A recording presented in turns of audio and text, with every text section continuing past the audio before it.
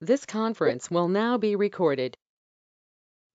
So today we will discuss the two talks from Jan 2020. That is, one is antenatal management of singleton pregnancies, which are conceived after the ART, and another is stroke in pregnancy. Okay, so in the 10-15 minutes we will discuss each talk, and then finally we will discuss the SBAs which are there in the strategy regarding these talks, because these are the questions which can be repeated as it is. Okay, so remember well to do these questions. Okay, always remember well to do these questions. No, you should know these questions by heart actually. Okay, so this ART pregnancies incidence is 1 to 5%. Okay, so total total birth, of that only 1 to 5% of birth, the babies, they are born through IVF. Okay, so in this ART pregnancy, we have to discuss the complications and their management and the timing of delivery as it is. So we have divided this into early pregnancy complications, fetal complications, and maternal complications. Okay, and we are going to discuss the incidence and this thing, all numbers basically, because these are the things which are most important in these blog articles, and these are the questions which they ask usually. So first is OHHS. Remember, these figures are actually, the OHHS guideline is old, but the figures are same as it is. So incidence of mild OHHS is 33%. Moderate to severe OHHS is 3.1 to 8%. And hospitalization, incidence of hospitalization in OHHS is 0.3%. So please remember all these three incidences very well. So it is mild OHHS 33, moderate to severe 3.1 to 8%, and hospitalization is 0.3%. OHHS is also risk factor for VTE, and incidence of thrombosis in OHHS is between 0.7 to 10%. Okay, so incidence of thrombosis in OHHS is 0.7 to 10%, and you know it is mostly upper limb vessels. Okay, increased risk of pregnancy-induced hypertension, that is PIH, and preterm labor, it is found in pregnancies complicated by severe OHHS. So severe OHHS, further pregnancy complications are, one is PIH and another is preterm labor. And the another thing regarding this clinical governance is you have to report all severe and critical cases of OHHS to HIFA.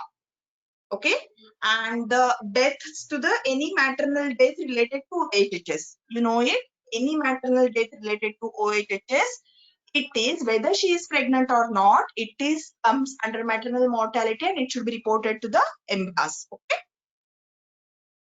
Now, another early pregnancy complication is miscarriage and ectopic pregnancy. So, incidence of miscarriage in IVF pregnancy is around 15 to 20%. Ectopic pregnancy incidence is around 1.4%. Okay, and in asymptomatic woman, the optimal time for scan in IVF pregnancies, it should be done around 7 weeks of gestation. So, it can come as question. Remember well. So, optimal time of first scan in IVF pregnancy is at around 7 weeks, because we know in normal pregnancies, according to NICE guideline, it should be a dating scan, that is 11 to 14 weeks scan only. They consider it as a dating scan. They don't want earlier scan if there are no complaints. Okay, but for ART or IVF pregnancy, the first scan should be done if there is no complication or no previous history of ectopic pregnancy. The first scan should be done at around 7 weeks of gestation. Now, maternal complication, may consider maternal complication of these IVF pregnancies is, first we are going to see about this PIH or preeclampsia. So relative risk compared to normal pregnancy, it is around 1.49. So it is somewhat increased. Absolute increase in risk is around 2%.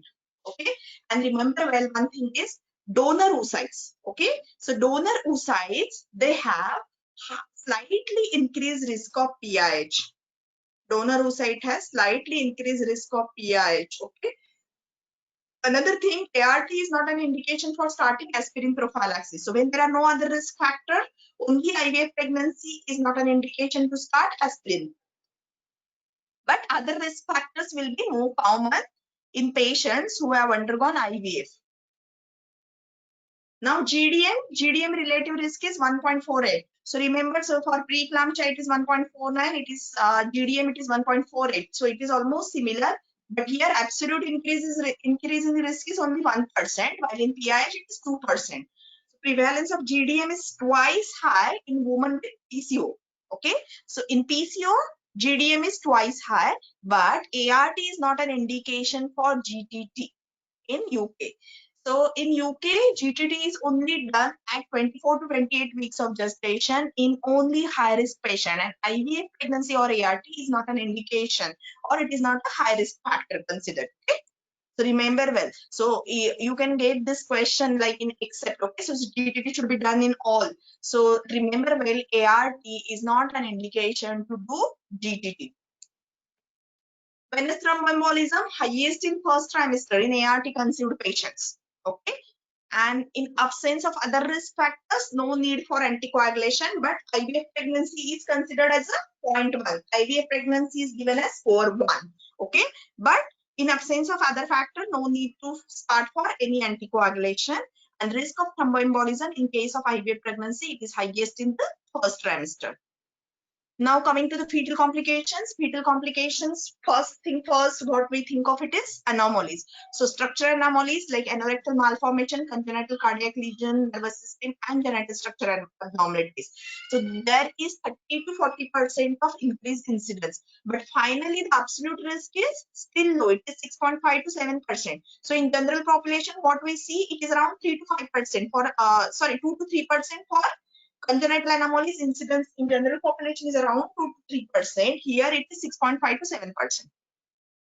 Some studies, but not all, remember well, some studies, they suggest that congenital anomalies is more common in patients who have conceived following ICSI rather than IVF. Okay, so in children born with ICSI, the congenital malformations are more common, but it has shown in only some studies, not all. Now, another fetal complication is FGR and preterm labor. So, fetal growth restriction odds ratio is 1.6. So, it is increased. But one thing, higher average birth weight is found in children conceived using ART when there is frozen embryo transfer. Okay. So, in case of frozen embryo transfer, the birth weight is somewhat higher than fresh embryo transfer. Remember, well, this can be also asked as one question. So, higher birth weight is found in frozen transfer rather than fresh transfer. Stillbirth OR is 2.4. Okay, so remember, well, stillbirth rate is more increased in case of IVF pregnancies. So that's why you have to consider induction of labor at term. Avoid stillbirth. Preterm labor incidence is around 11.2%, but it can be iatrogenic due to several factors like FGR, preeclampsia, and all those things. And even in singleton pregnancies, there is some increase in the perinatal mortality, and it is up to 2.4-fold than general population. So remember, fetal growth restriction is increased, but it is more common in fresh embryo transfer. Stillbirth, definitely it is increased, so that it is recommended that or considered. It is not recommended, but induction of labor should be considered at term. Preterm labor rate is somewhat increased, that is almost around 11%, but it can be iatrogenic. And perinatal mortality is almost 2.4-fold more. Now, chromosomal anomalies. So, basically, the risk of unrecognized chromosomal anomalies is higher in ART. And now why there are different reasons. So first is because of in case of some oligoazoospermic male. So there will be some autosomal translocations or inversions will be there, and their incidence is around 4.6 to 13.7. Remember, these they are not going to ask you, but just there it is mentioned in the top. Just go through these percentage ones. Microdeletion, this is the one thing. So this is the azoospermia, why we do this karyotyping to find out this Y chromosome deletions. Okay, so the microdeletion of Y chromosome is found in 5 to 15% cases of oligozoospermic males. So this is of particular significance in oligozoospermic male who proceed with treatment without having formal karyotype. Okay, so that's why for all azoospermic male, you have seen that SBA also, they should undergo karyotyping to find out any microdeletion, so that prenatal or PGD, pre-implantation genetic diagnosis can be done. Subtle Y chromosomal defects, they are associated with minor anomalies like hypospadias. And the women who require ART, they are 7 times more likely to have reciprocal balance translocation. Okay, so there are three types are possible. Remember, where one is because of male chromosomal abnormalities, another is because of women. Women, it will be reciprocal guidance translocation. In male, it will be autosomal translocations or inversions or Y chromosome microdeletion. And the third thing, which is extremely rare, but sometimes it is occurs, that excess of fetal imprinting disorders like Angelman's or Beckel-Witz syndromes. So this occurs at the time of in fertilization. Okay, so this imprinting disorder, genetic imprinting disorder, they occur at the time of fertilization. So either because of inherent male defect, inherent female defect, or because of fertilization defect. Okay, so these chromosomal abnormalities can occur. Now, aneuploidy screening in IVF pregnancy. What happens in IVF pregnancy? So ART is associated with changes in biochemical serum screening markers. Okay, so there are some changes. They have not mentioned exactly what happens to this PAPA and SCG, but there are some changes that can happen in PAPA and SCG levels. So sometimes it will be difficult sometimes, and you get to interpret these changes. And also they have shown that sometimes there will be NT is also affected by this type of conception. And another one thing, when you are using donor A, you have to uh, decide the age. So you have to take the age of the donor to calculate the risk. Okay. So to calculate the risk, you have to take the age of the donor and not the age of the recipient. Okay. And another thing is EDD is calculated from the date of the oocyte retrieval and not with the dating scan. These are few factors that you should consider for IVF pregnancy.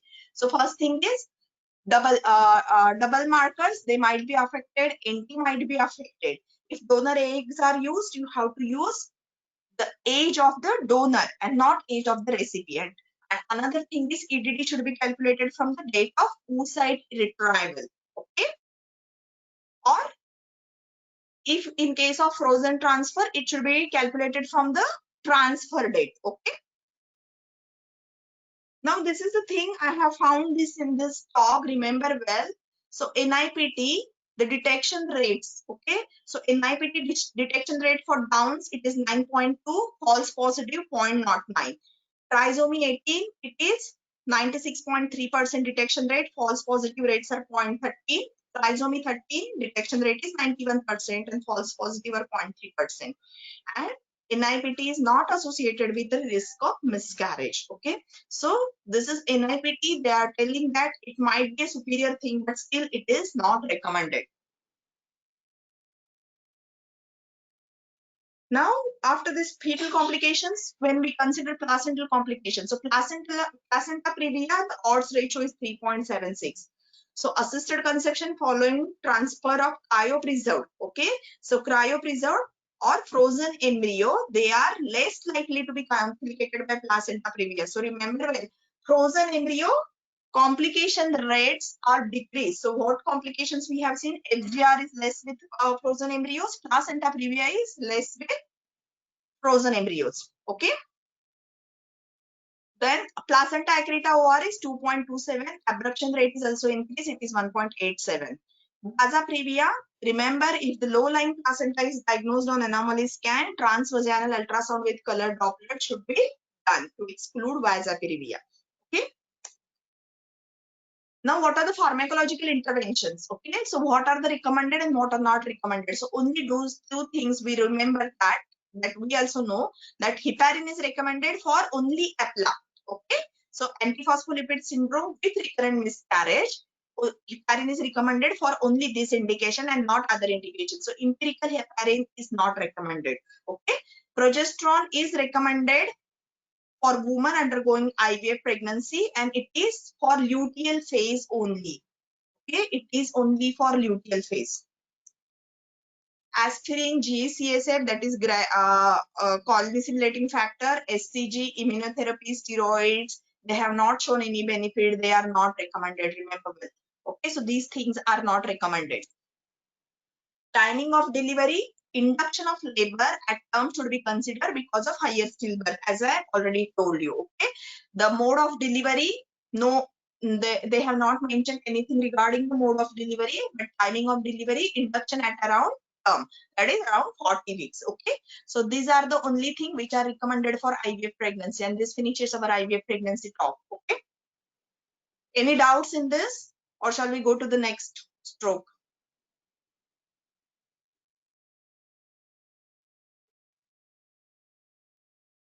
So next we will go to the stroke, the review of stroke in pregnancy. Okay, so first thing first, definition of stroke. So yes, IOL at 40 weeks, ma'am? Yeah. Or 39? IOL IOL at is 40 at 40, weeks. ma'am? 40 weeks? At 40, Okay. 40. Okay. At Okay. yeah. Yes. Dr. Mridula, Yes. this absolute risk, relative risk, and odds ratio, you said, no? In this, Yeah. Yes. which one is most important for risk assessment in general? Risk if you take assessment in general, okay, I will come to that in the statistics, but odds ratio is more important. because in this talk article only that is more so many times they have mentioned those three.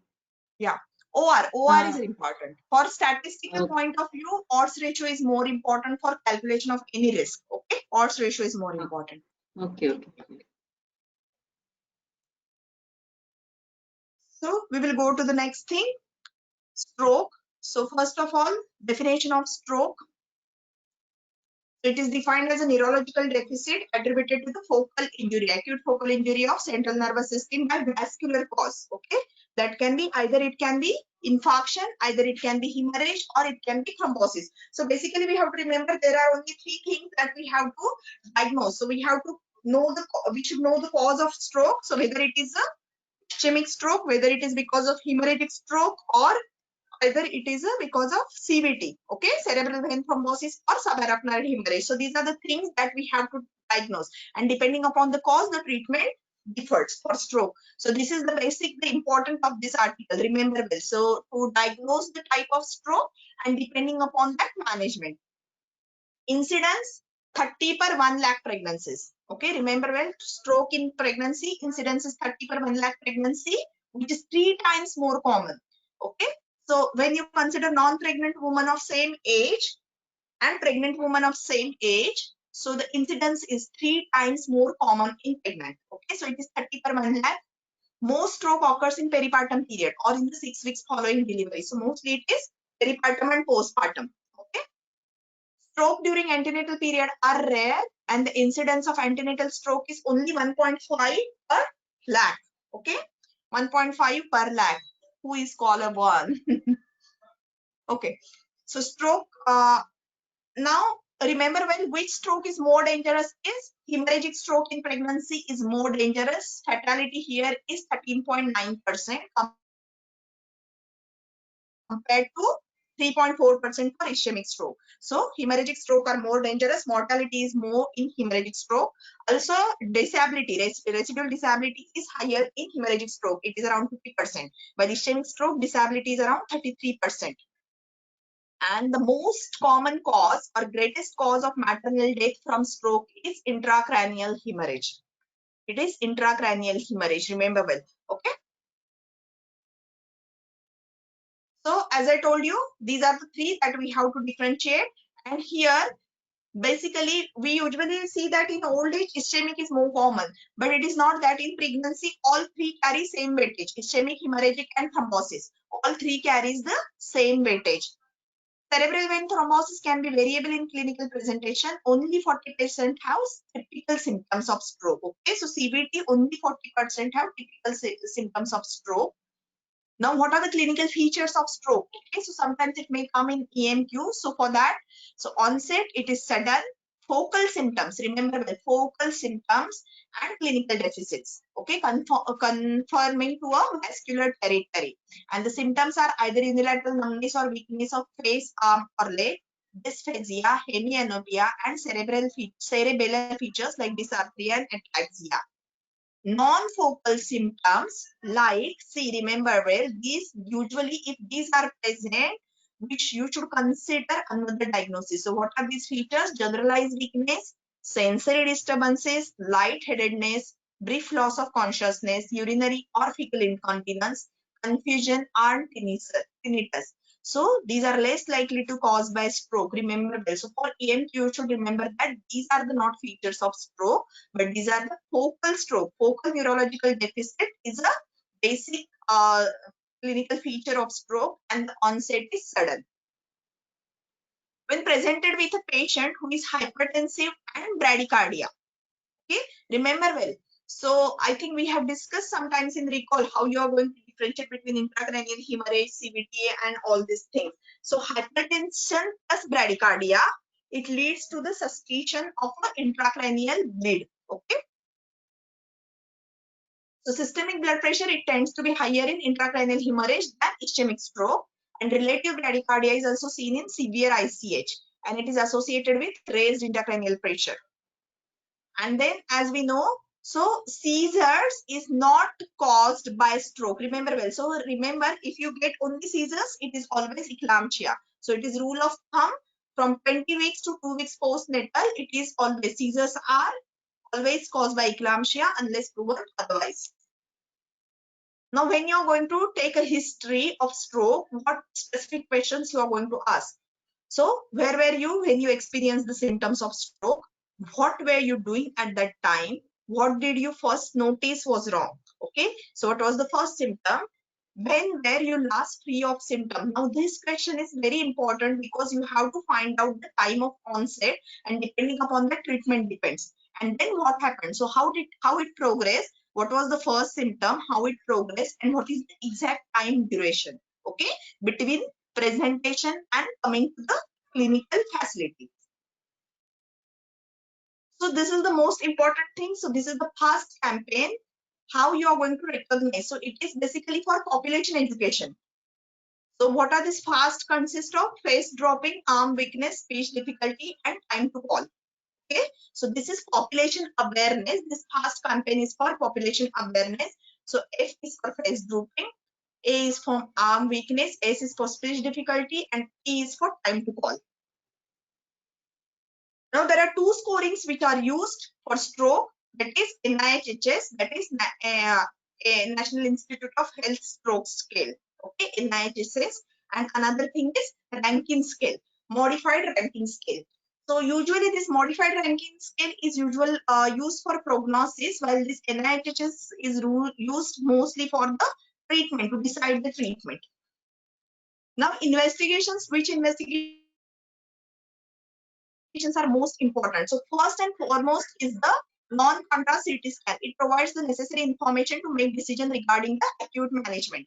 So first line of investigation is always non-contrast CT.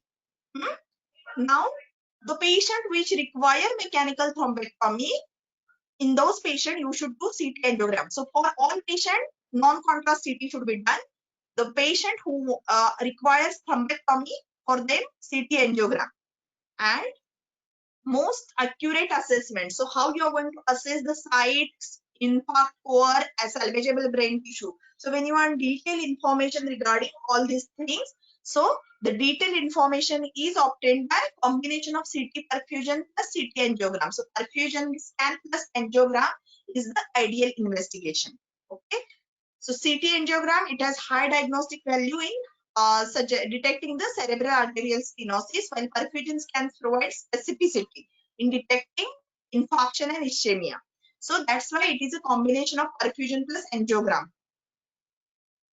This is basically done to see the reperfusion therapies will be good. Okay, so for the prognosis. Other investigation that you can do is MRI. Usually it distinguishes between the stroke subtypes, okay? And also you can do either other vascular imaging like carotid Doppler or MR angiogram. So magnetic resonance angiogram or MR angiogram of extracranial and intracranial vessels. It should be helpful for further evaluation of posterior circulation stroke. So for posterior strokes, MR angiography can be done if CT angiography is unavailable. For patient with non-disabling stroke, that is modified Rankin score 0 to 2 in the carotid territory, who are candidates for carotid endarterectomy or stenting, here non-invasive imaging of cervical vessel should be done in 24 hours of admission. I think these all the things are basically not much required for you. Just once go through it, okay?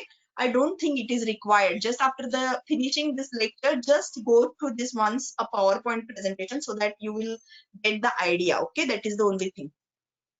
Now, Praise syndrome, it is in eclampsia, in eclampsia you get this Praise, that is posterior reversible encephalopathy syndrome, and it is usually diagnosed by CT. Okay, the Praise presentation is almost similar to a stroke, but the signs and symptoms may not be unilateral. Okay, it can be bilateral. Commonest area involved is parieto-occipital. So for Praise, area involved is parieto-occipital is the commonest area, followed by frontal temporal, and rarely it is cerebellar, basal ganglia, and thalamus.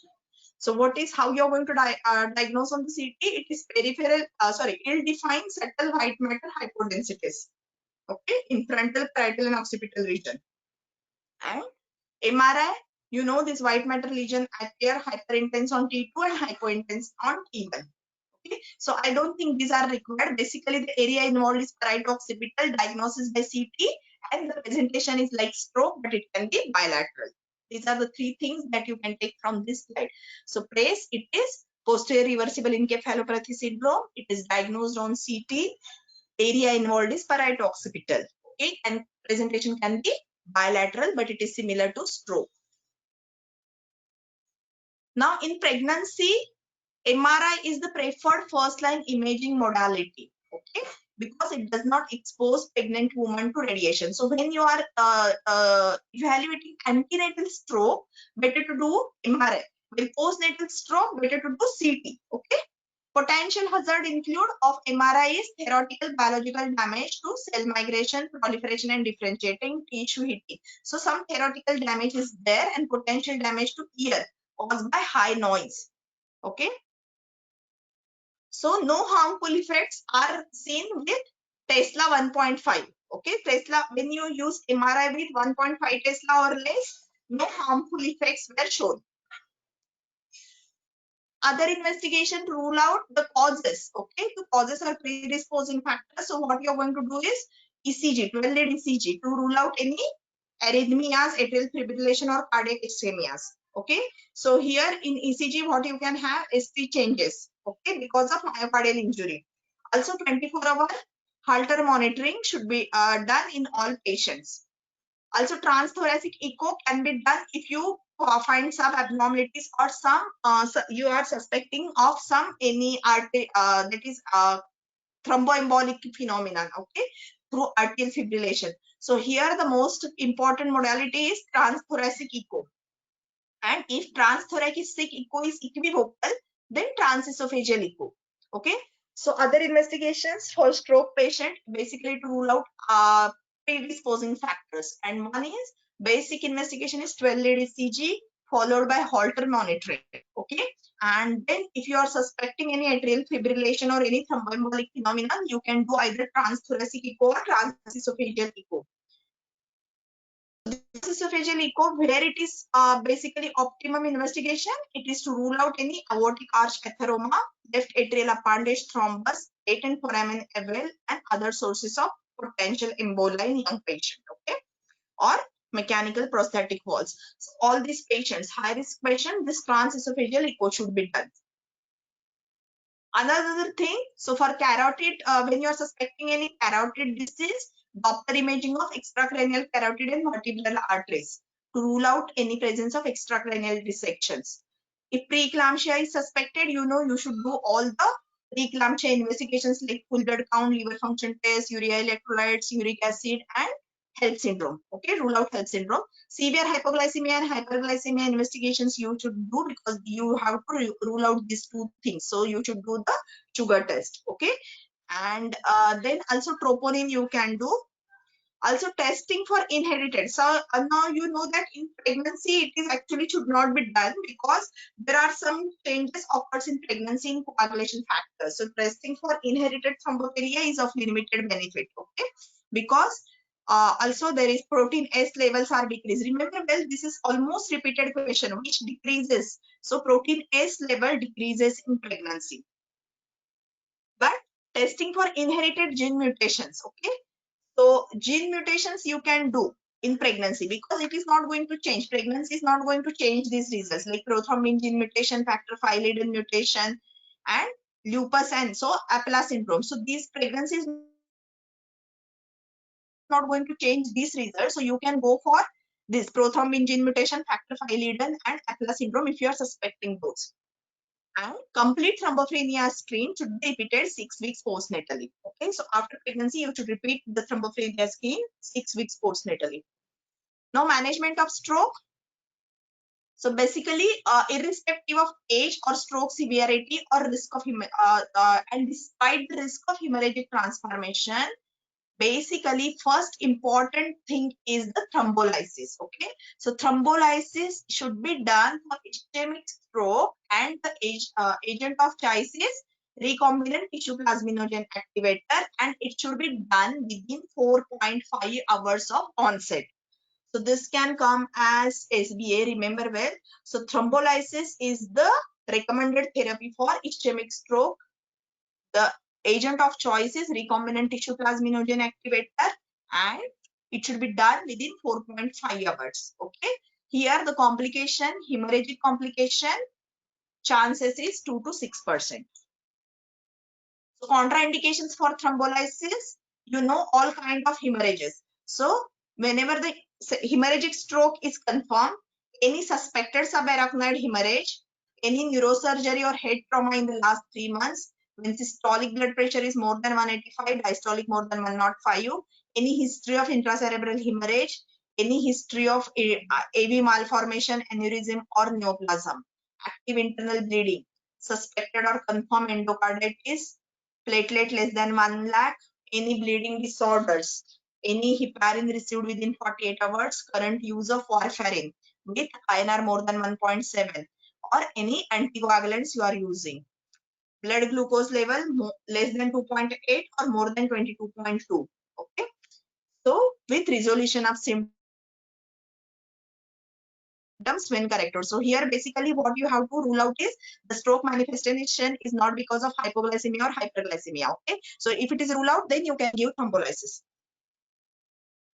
Now these are relative contraindications. These are many. I don't think it is very important to go through it, that you remember all these things, but just go through it. Here basically age more than 80, NIH scale more than 25 or coma, multilobar infarction, previous stroke in 3 months, DM with previous stroke, minor or rapidly improving stroke. Okay, so it doesn't require thrombolysis. Any major surgery within last 14 days. Yeah, GI or urinary tract hemorrhage within last 21 days, any seizure at the onset, recent arterial puncture at non-compressible site, any recent lumbar puncture, any post-myocardial infarction, pericarditis, and pregnancy. So pregnancy is relative contraindication detail, but you can give thrombolysis when you fulfill all the criteria. You can give thrombolytic therapy in pregnancy also for acute stroke, ischemic stroke. So the complications of thrombolysis, the main complication is hemorrhagic complication. It occurs in around 2 to 6%, as I previously mentioned. Okay, so the basic complication is hemorrhagic, that is intracranial hemorrhage, systemic bleeding, or anaphylaxis. Although this RTPA does not cross placenta, but there is theoretical risk of placental bleeding and IUD. So here, as per current American guidelines, so there are no nice guidelines regarding the pregnancy, but American guidelines says that IV RTPA may be considered in pregnancy when the benefits outweigh the risk. Okay. Now post thrombolysis care. So here post thrombolysis care is 24 hours bed rest, maintain O2 saturation above 95, maintain temperature, maintain blood glucose less than 10, DVT prophylaxis. So here DVT prophylaxis, how you are going to do with mechanical compression. Okay. No arterial lines, no nasogastric tubes, no central lines for 24 hours, no urinary catheter until at least 1 hour after the infusion. Avoid suctioning and careful mouth care. So basically all this to rule out, avoid any hemorrhagic complications. Other care is no aspirin, clopidogrel, dipyridamole. Okay, so the drugs which causes hemorrhage you have to avoid for at least 24 hours. Repeat CT you have to do within 24 to 36 hours. Maintain hydration and nutrition. You have to prevent the fall. Okay, so risk assessment and prevention for fall should be done. Stop RTPA if neurological deterioration more than 2 points on Glasgow scale. Observe signs for systemic bleeding. If any systemic bleeding is present, stop it. Stop RTPA. Blood pressure, stop RTPA if the systolic blood pressure is less than 100 or more than 180 and diastolic more than 105 or more than 5 minutes. And observe for signs of anaphylaxis. Now, mechanical thrombectomy, whom we should do? So basically, the patients who had known to be well 6 to 24 hours. So you can give this thrombolysis for only up to 4.5 hours. So after that, if you know that the patient is well between 6 to 24 hours, so and if there is a mismatch with clinical deficit and infarct, okay, so here thrombectomy you can do. Here in pregnancy, they are accessed via femoral artery with a microcatheter, okay. And usually the procedure lasts for about 2.5 hours to up to 6 hours. So here fetal radiation exposure is minimized by limiting the number of angiographic exposures, okay, using low dose pulse stereoscopy and shields.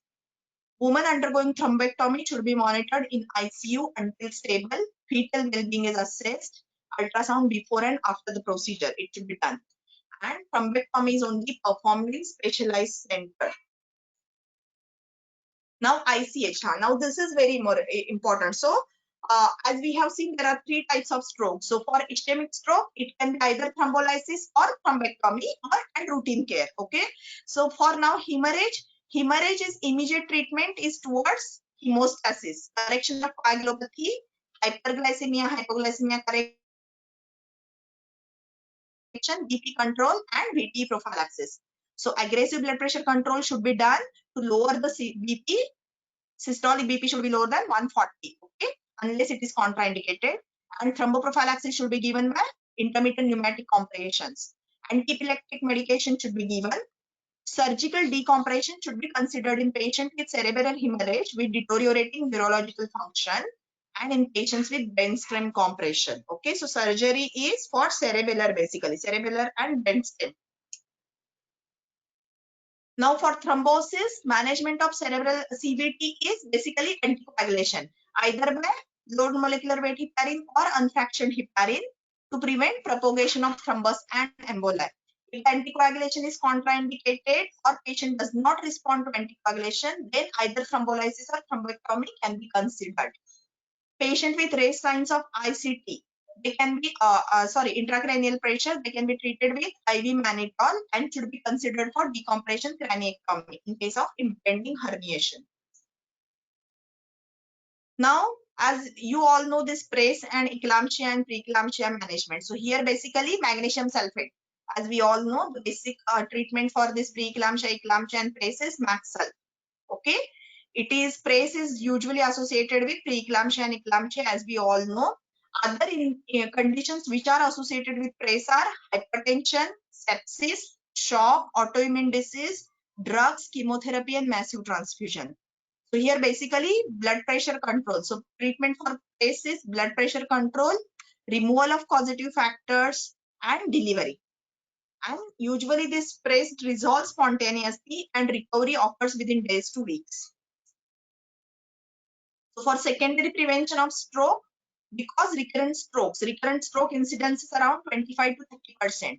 So basic for prevention of stroke is BP management. So in patients where the BP is less than 220 by 120 and who didn't receive thrombolysis or mechanical thrombectomy, okay. So here basically you have to initiate or reinitiate treatment of hypertension within 40 to 72 hours, okay. And then administration of aspirin. Aspirin is recommended within 24 to 48 hours of acute ischemic stroke. Remember, for ischemic stroke only aspirin.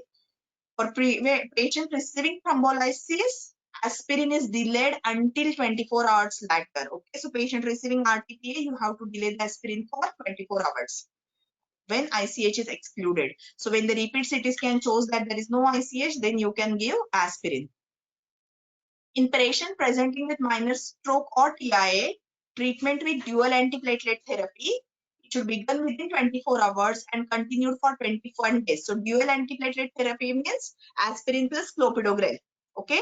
It can be beneficial for early secondary stroke prevention. Here, careful risk benefit assessment should be done. Okay. Now remember that basically aspirin we all know it is safe in pregnancy, but whenever you are using clopidogrel in pregnancy, so when treatment with clopidogrel should not be withheld because of pregnancy if it is deemed necessary. So you can give clopidogrel in pregnancy if it is necessary. Only thing, clopidogrel should be stopped 7 to 10 days before delivery. Okay, and if the spontaneous labor occurs or delivery is expedited while on clopidogrel, you have to avoid neuroaxial anesthesia. That means spinal and epidural you have to avoid. Okay, because of increased risk of spinal and epidural hematomas. So you can give clopidogrel in pregnancy. You have to stop it 7 to 10 days before delivery. And if the patient is delivering with clopidogrel, you should not use spinal and epidural. So this finishes the stroke. So remember, basically in this article, stroke article, there are three things. That is the types of stroke: ischemic, hemorrhagic, and CVT, and basic treatment for each stroke. So as I told you, for ischemic stroke, it is thrombolysis within 4.5 hours, or after that, either routine care plus thrombectomy, mechanical thrombectomy.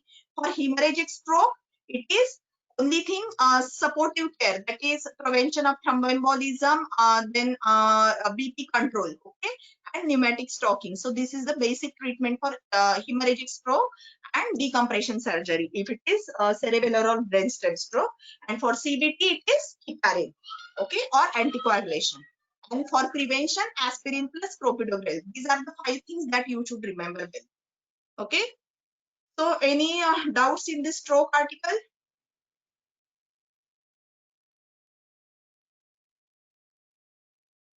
Okay. So shall we go to the questions? There are 4 or 5 questions, okay? The strategy questions for this talk articles. So this is the first one. A 40-year-old woman who had a normal delivery 3 days ago, she presents to emergency department with sudden onset of dysphagia, right started drooping and right arm weakness. BP 150, 100, pulse 65. What is the most appropriate first line investigation?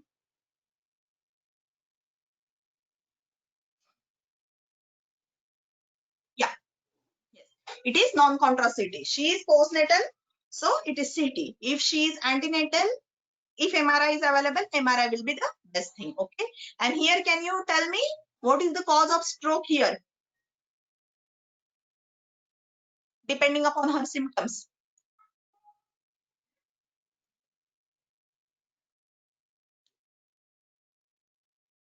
Yes. Hypertension plus bradycardia. Hypertension plus bradycardia, intracranial hemorrhage it is. Okay. Yes. It is ICH. So this is the answer. Next one. 40-year-old woman admitted at 35 weeks of gestation with severe headache and dysphagia. Imaging confirms it is CVT. What is the optimal treatment?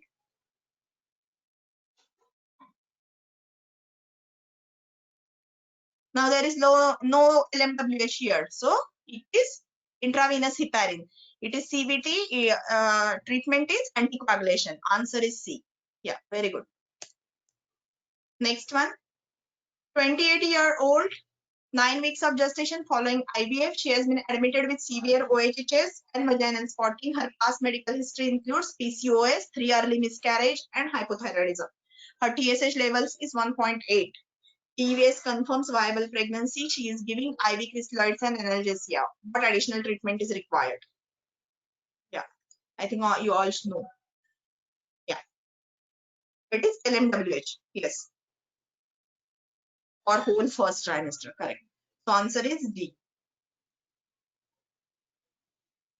Next one, 36-year-old who conceived with IVF attends the antenatal booking. Her first pregnancy, this is her first pregnancy. Ultrasound is BCDA twins. Okay. She has history of PCOS. She is otherwise fit and well. There is no significant family history. She is non-smoker. BMI is 32. Weight is 69. Which thromboprophylaxis she requires antenatally?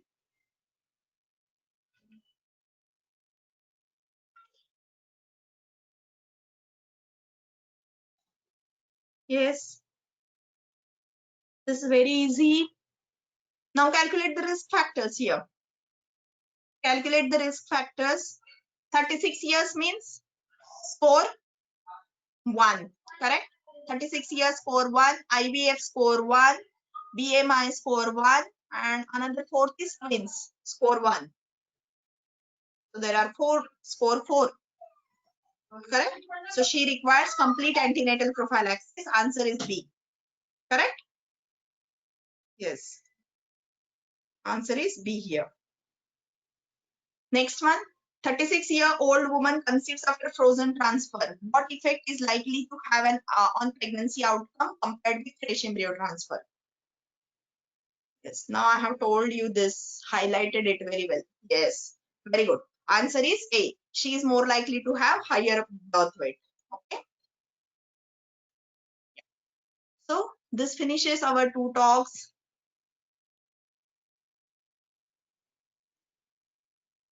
So what do you think, whether it is beneficial to all you or not? So we will continue it.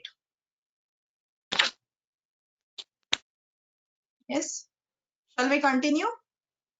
Very useful, ma'am. Please. Okay. Yes, Yeah, of ma'am. course, ma'am. Yeah, ma'am. Yes, ma'am. Yes. Yeah. It is hardly 20.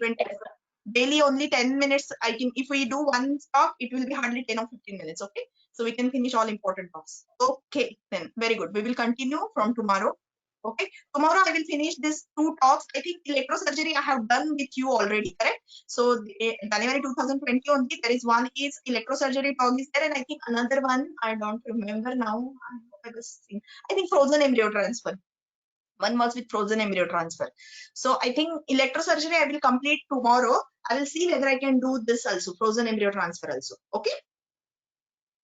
Okay, Okay, then. ma'am. Yeah.